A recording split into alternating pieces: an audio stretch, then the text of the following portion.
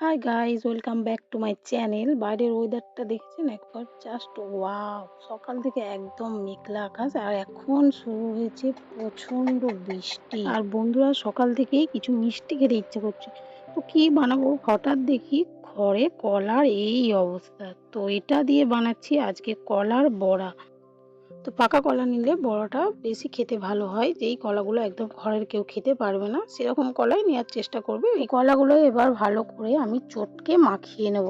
তো এই যে চটকে মাখিয়ে নিয়েছি, চটকে মাখানোর পর এখানে দিচ্ছি আমি ময়দা।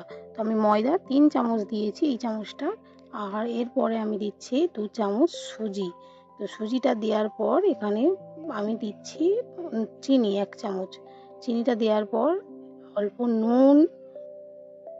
তো মৌরিটা দেবেন, দুর্দান্ত লাগবে খেতে। তো এবার এগুলো আমি মাখিয়ে নিচ্ছি। তো এই যে মাখানোটা, এটা একদম ঘনও হবে না আবার পাতলাও হবে না। তো এবার হবে আসল ম্যাজিক। তো কড়াইটা বসিয়ে দিলাম, গ্যাসটা জ্বালিয়ে নিলাম। তো এবার কড়াইতে আমি দিচ্ছি সাদা তেল। সাদা তেল গরম হয়ে গেলে এখানে ছোট্ট ছোট্ট গোল গোল করে বড়াগুলো তেলের মধ্যে ছেড়ে দিচ্ছি। আর এগুলো অল্প আঁচে না ভাজলে পুড়ে যেতে পারে। তো বন্ধুরা, বৃষ্টির দিনে বাড়িতে কে কে বানাচ্ছেন কমেন্ট করে প্লিজ জানাবেন আমাকে। আর আমার মিনি ব্লগটা ভালো লাগলে প্লিজ লাইক, শেয়ার, সাবস্ক্রাইব করতে ভুলবেন না।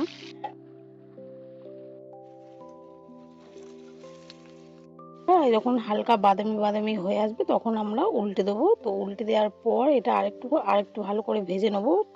আর এইটা যখন একদম লালচে লালচে হয়ে আসবে তখন আমরা এটাকে বড়াগুলোকে এক এক করে তুলে নেব। তো এই যে আমার ভাজা হয়ে গেছে, দেখো কিরকম হয়েছে। আর খেতে কিন্তু দারুণ লেগেছে। একবার সবাই প্লিজ ট্রাই করো। তো দেখা হচ্ছে পরের ব্লগে। হ্যাপি রাইন ডে। তো সবাই ভালো থেকো আর সবাইকে ভালো রেখো।